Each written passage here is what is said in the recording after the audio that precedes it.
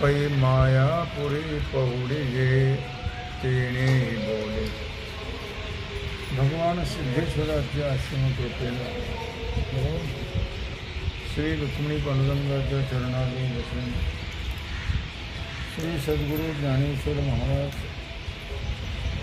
श्री जगद्गुरु तुकाराम महाराज, श्री संत एकनाथ महाराज यांच्या चरण सानिध्यामध्ये आपण सर्वजण मिळून महान ग्रंथराज ज्ञानेश्वरीच्या 15व्या अध्यायाच्या 521 ओळीचा आपण विचार करतो आहोत। विषय आहे अक्षर अक्षर पुरुष।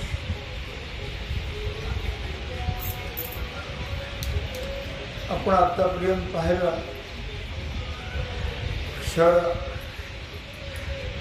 क्षर म्हणजे नष्ट होणारी। क्षर हे प्रकृतीला नाव आहे, अक्षर हे जीवात्म्याला नाव आहे, त्याचा नाश होत नाही। जीवात्म्याचा काय होत असतो? बाद होतो, जीवपणाचा बाद होत असतो। कारण जीव हा आभास आहे,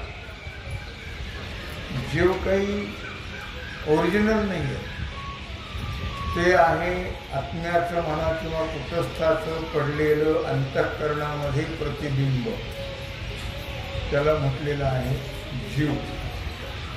आणि जीवात्मा जो आहे तो अक्षर आहे। प्रकृती ही नष्ट होणारी आहे, देह हा क्षर आहे आणि आपल्याला पुढे उत्तम पुरुषाचा विचार करायचा आहे। हा पुरुष का म्हणजे जे पूर्णपणेचे निजे पै मायापुरी पहुडिये तेने ही बोले। आता याला पुरुष का म्हणायचं? तर काल आपण पाहिलं की मूळ ते पुरुषा अक्षराचे, हे असो अधोशाखा या संसार रूपा रुखा, मूळ ते पुरुषा अक्षराचे।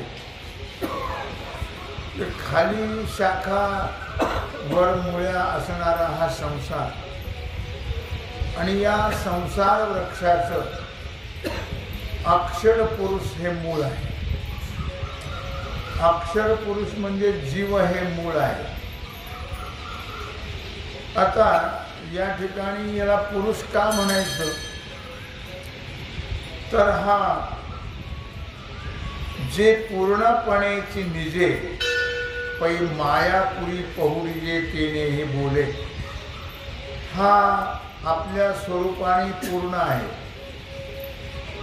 शिवाय हा झोपतो कुठं? तर मायापुरीमध्ये, मायामध्ये म्हणजे मायानगरीमध्ये हा झोपतो। मायापुरी पहुडे विजे तेनेची बोले, मग त्या कारणाने याला पुरुष असं म्हटलेलं आहे। मायापुरीमध्ये झोपतो म्हणून याला पुरुष म्हणण्याचं कारण तो पूर्णपणे मायेमध्ये आहे, म्हणून त्याला पुरुष म्हणतात। भगवान याला पुरुष का म्हणायचं? त्याचे 2 कारण सांगतात।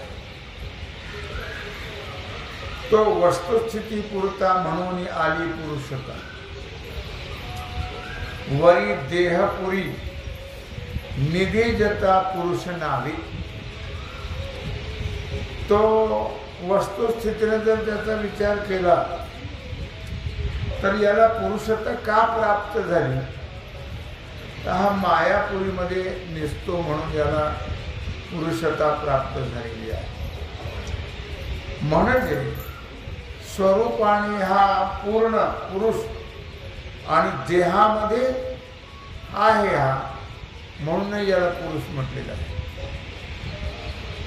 हा मायेत झोपतो म्हणून अक्षर, आणि देहात झोपणारा म्हणून क्षर, असं या ठिकाणी महाराजांनी सांगितलेलं आहे।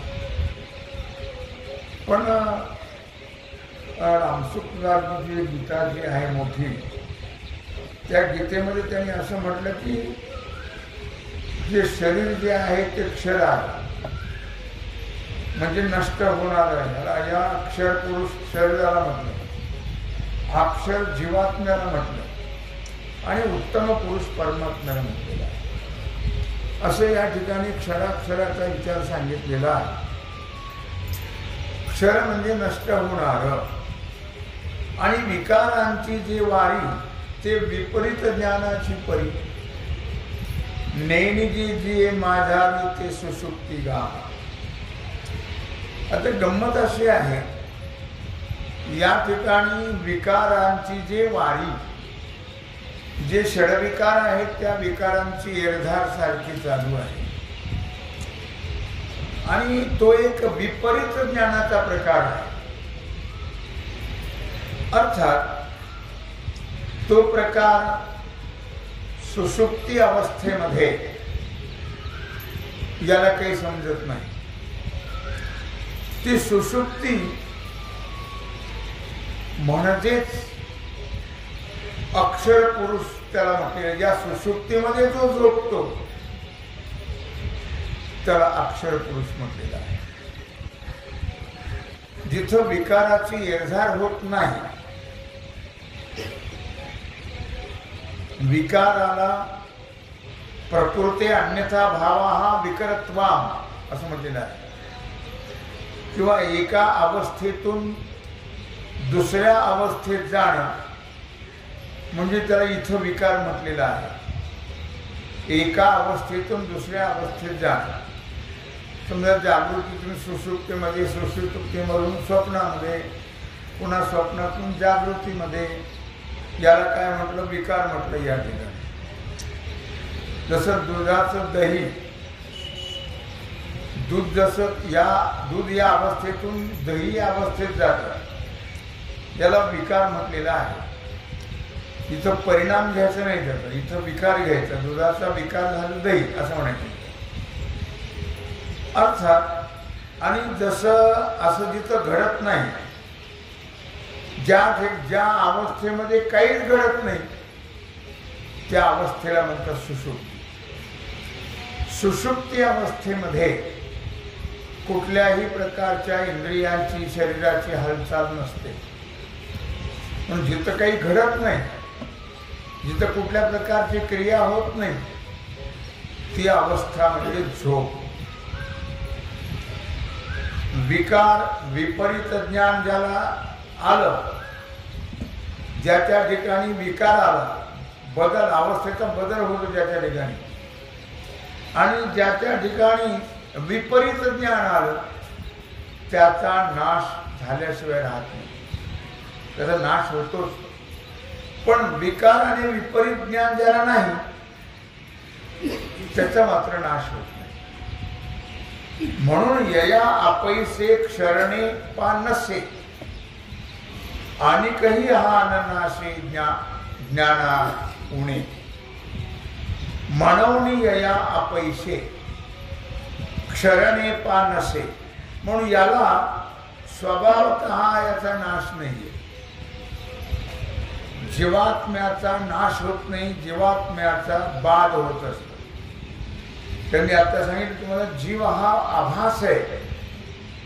जीव काय ओरिजिनल नाहीये. तो पडला आहे अंतःकरणामध्ये कुटस्थ किंवा आत्म्याचं प्रतिबिंब, म्हणून तो आभास आहे. म्हणून त्या आभासाचा नाश होत नसतो, त्याचा बाध होत असतो. पण हा पुरुष जो आहे तो ज्ञानाशिवाय कोणत्याही उपायाने नाश पावत नाही, त्याचा नाश होत नाही. म्हणजे बाध जरी म्हटलं आपण तरी ज्ञानानेच बाध. जसं दोरीवर सर्प भासला की नाही, मग त्या दोरीवर सर्प भासला तर सर्पाचा काय होतो? बाध होतो. पण केव्हा होतो बाध? दोरीचं ज्ञान झाल्यानंतर. ज्ञानाशिवाय बाध होत नाही. बरं, हा कार्य नाही आहे. हा बीजभूत आहे, म्हणून याला अक्षर म्हटलेलं आहे. पण ते कायमचं अक्षर नाही ना. अविनाश हा कायमचा कुठे? ज्ञान झालं की त्याचा बाद होतो. नाहीतर मग अक्षरम परमम ब्रह्म, ब्रह्माला खरं अक्षर म्हटलेलं आहे. तसा जर विचार केला तर अक्षर म्हणजे अविनाश. यदक्षर वेदविदो वदंती असं गीतेत म्हटलेलं आहे. या वर्गामध्ये हा बसला असता. मग ब्रह्माच्या वर्गामध्ये तो जरी ब्रह्मच असला, जीव ब्रह्मैव नापरा जरी असेल तरी ब्रह्माचा तो प्रतिबिंब आहे. म्हणून शुद्ध चैतन्य जे आहे तेच खरं जर पाहिलं तर अक्षर होऊ शकतं. म्हणजे ब्रह्म चैतन्यच खरं अक्षर होऊ शकतं. तेच खरं अविनाश आहे. आणि उपहित जे चैतन्य उपाधीने युक्त जे आहे ते मात्र अक्षर होऊ शकत नाही. कारण आता जीवाच्या ठिकाणी उपाधी लागलेली आहे म्हणून त्याला जीवपणा प्राप्त झाला. कोणती उपाधी लागली? अविद्या ही उपाधी लागलेली आहे. अविद्या म्हणा, माया म्हणा, अज्ञान म्हणा, या उपाधीमुळे त्याला जीवपणा प्राप्त झाला. ही उपाधी संपली की मग तो ब्रह्मरूप, म्हणजे त्याच्या स्वरूपाचा, म्हणजे जीव या स्वरूपाचा बाद होतो. अर्थात आता एक दृष्टांत दिला त्याला की ज्ञानाशिवाय याचा नाश होत नाही. ज्ञान असेल तर हा नष्ट होतो. दीप घेऊन धुंडिता अंधार, भेटे हा विचार आघाडी. जसं दिवा घेऊन अंधाराचा शोध घ्यायला गेलं तर अंधार भेटेल का? भेटणार नाही. त्याप्रमाणे ज्ञानरूपी दिवा घेतल्यानंतरच याचा नाश होतो, म्हणजे याचा बाद होतो. म्हणून वेदांतात त्याला अक्षर म्हटलेलं आहे. अविनाश नव्हे, हे मात्र लक्षात असू. या लागी हा अक्षरू ऐसा वेदांती डगरू, केला देखसी थोरो सिद्धांताचा. आणि म्हणून याला अक्षर म्हटलेलं आहे. आता वेदांत शास्त्रामध्ये हा अक्षर म्हटले जातो. मग अशा सिद्धांताची मोठी एक प्रसिद्धी आहे असं या ठिकाणी आपल्याला पाहायला मिळतं. या अक्षर पुरुषाचा नाश ज्ञानाशिवाय होत नाही. म्हणजे नाश म्हणायचं तर बाद म्हणायचं. नाश नाही, याचा बाद होत असतो, पण ज्ञानाशिवाय याचा बाद होत नाही. म्हणून याला अक्षर म्हटलेलं आहे. मौलीने थोडा जास्त याचा खल केलेला आहे. ऐसे जीव कार्य कारण जया माया संगूची लक्षण, अक्षर पुरुष जाण चैतन्य ते.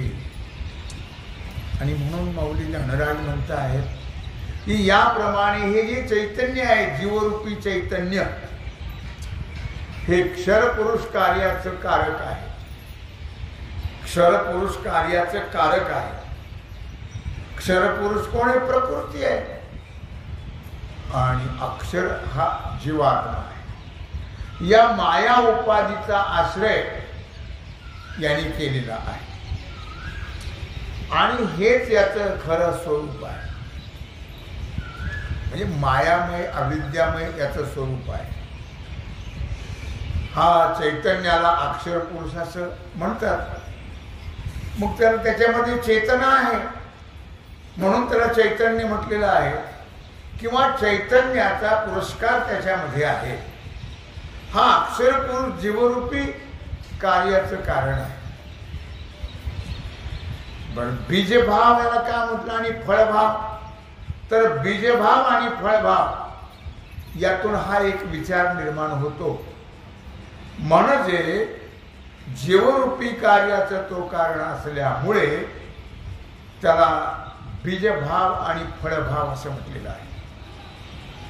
दुसरं लक्षण त्याला मायेचा संग आहे. म्हणजे माया ज्याची उपाधी आहे, म्हणून केवळ ज्ञानाने त्याचा बाध होतो आणि म्हणून त्याला अक्षर पुरुष असं म्हटलेलं आहे. आता क्षराक्षराचा विषय संपला. उत्तम पुरुष असतो अन्यः परमात्मेति द्वारतः यो लोकत्रयमाविश्य बिभर्त्यव्य ईश्वरः. आता क्षराचे अक्षराचे डोके काय समजले. आता आहे उत्तम पुरुष.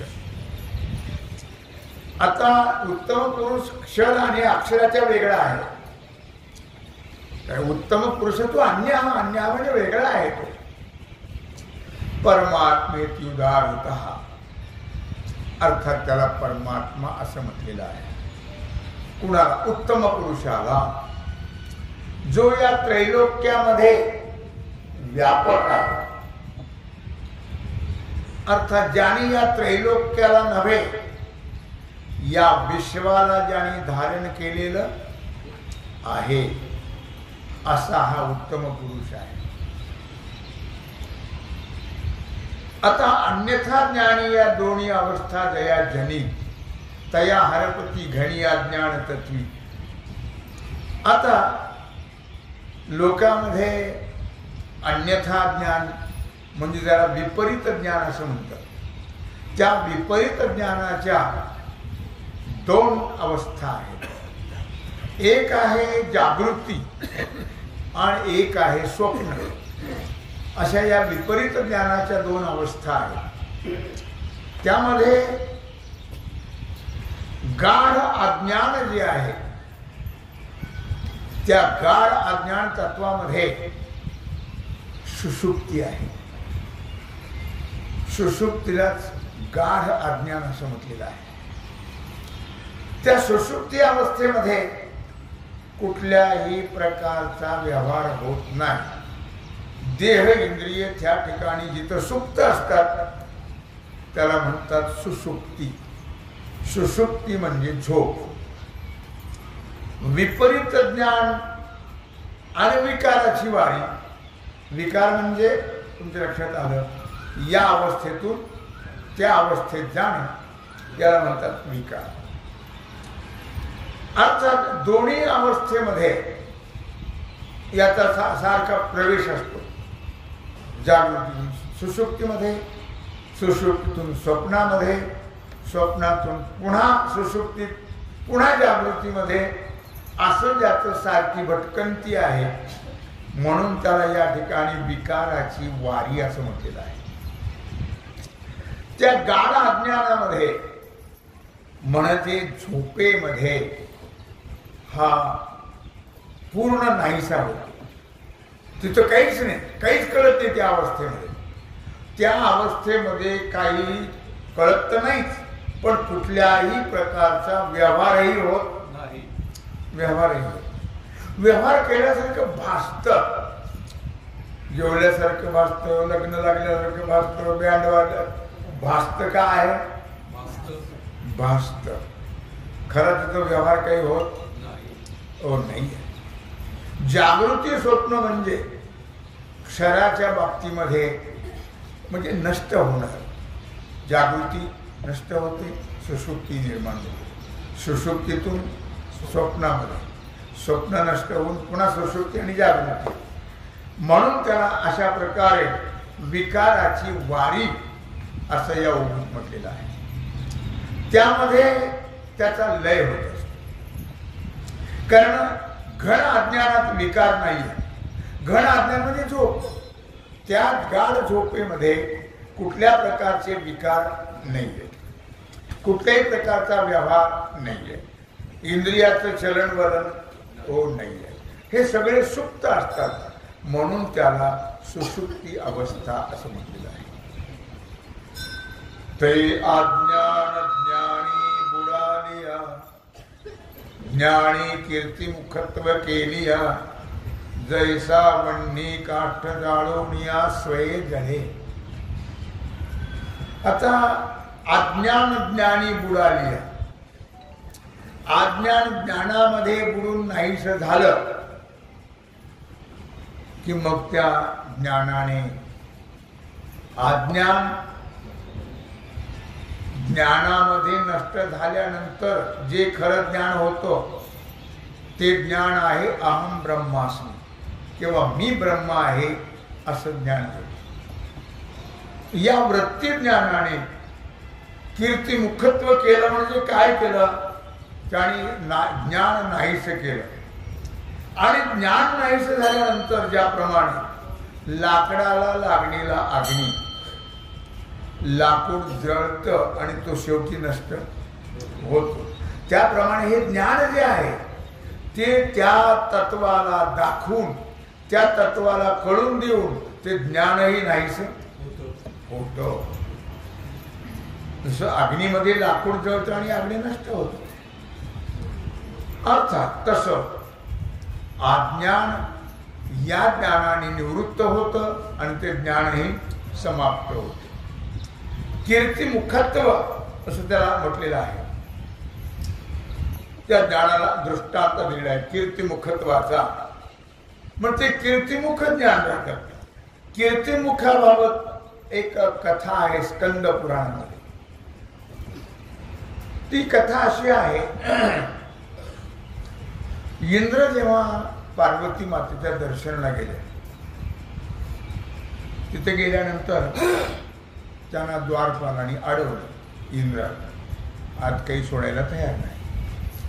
त्यावेळी इंद्राने वज्र फेकलं आणि ते वज्र फेकल्यानंतर ते भगवान शंकराच्या गळ्याला लागलं ते वज्र. आणि मग त्या गळ्याला त्या वज्राने निळा डाग पडला. स्कंद पुराणातली कथा आहे.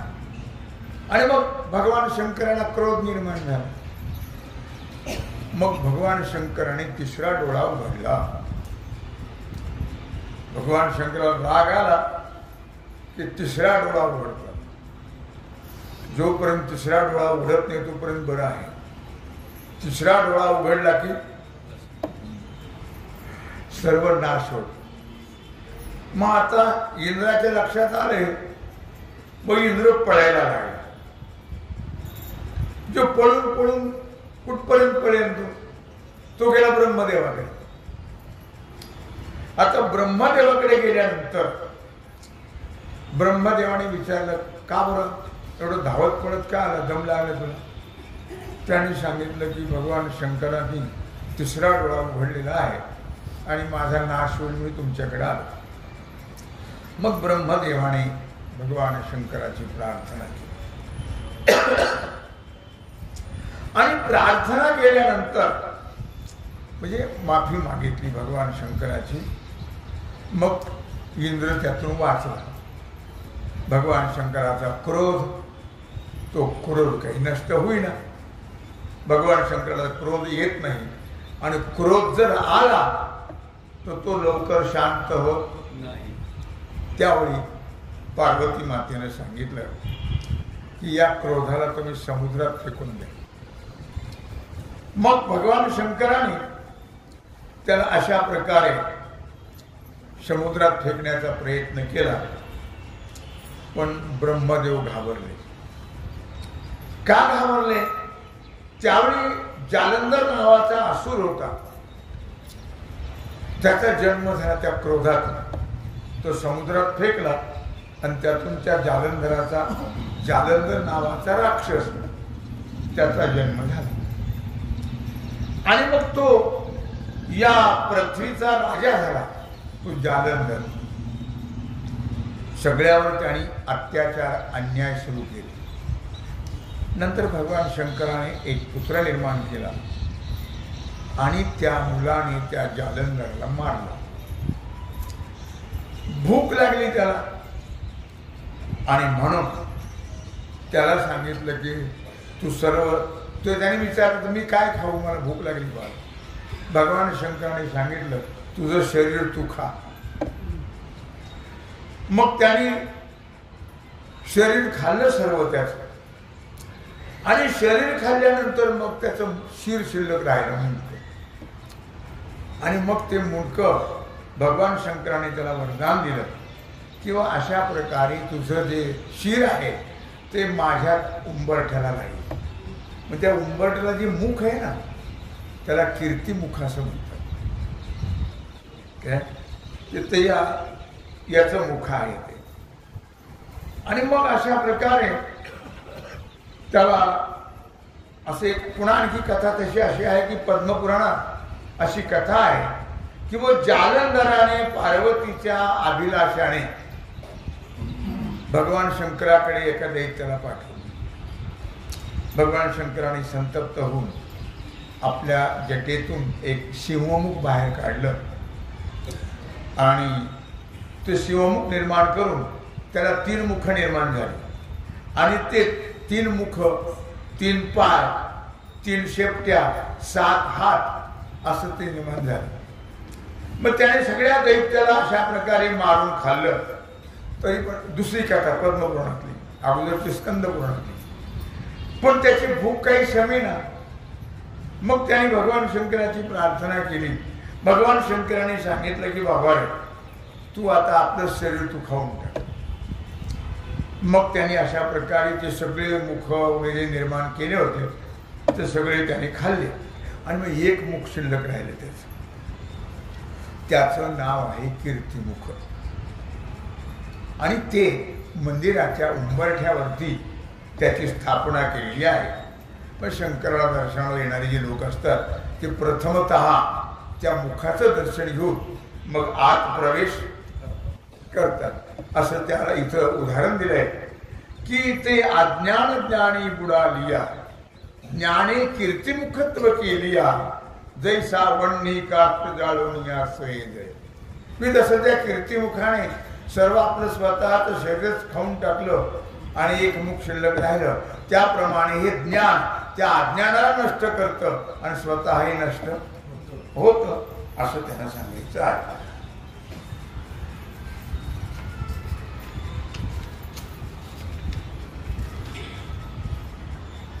तैसे अज्ञान ज्ञाने नेले, आपण वस्तू देऊनी गेले, ऐसे जानने नवीन उरले, जाणते जे. तैसे अज्ञान ज्ञाने नेले. आता ज्ञानाने अज्ञानाचा नाश केला. ज्ञान झालं, अज्ञान गेलं, पण ते ज्ञान सुद्धा राहता कामा नये. म्हणून महाराजांनी एका अभंगात म्हटले, ज्ञान गिळवणी गावा गोविंद गाव. मग ते ज्ञानही राहू नये. कारण जर ज्ञान राहिलं तर ते बाधक होतं. का बाधक होतं? तर त्या ज्ञानाने अहंकार निर्माण होतो आणि तो अहंकार त्याला अधोगतीला नेतो. नवल अहंकाराची गोठी विशेष न लगे अज्ञाना पाठी, सज्ञानाचे झोंबे कंठी आणि नाना संकटी नाचवी. म्हणून तैसे अज्ञान ज्ञाने नेले, अज्ञान ज्ञानाने नष्ट केलं आणि आपण वस्तू देऊन गेले. पण ज्ञानाने अज्ञान घालून काय केलं? वस्तूंना परमात्मा कळून दिला, परमात्म्याचं ज्ञान करून दिलं.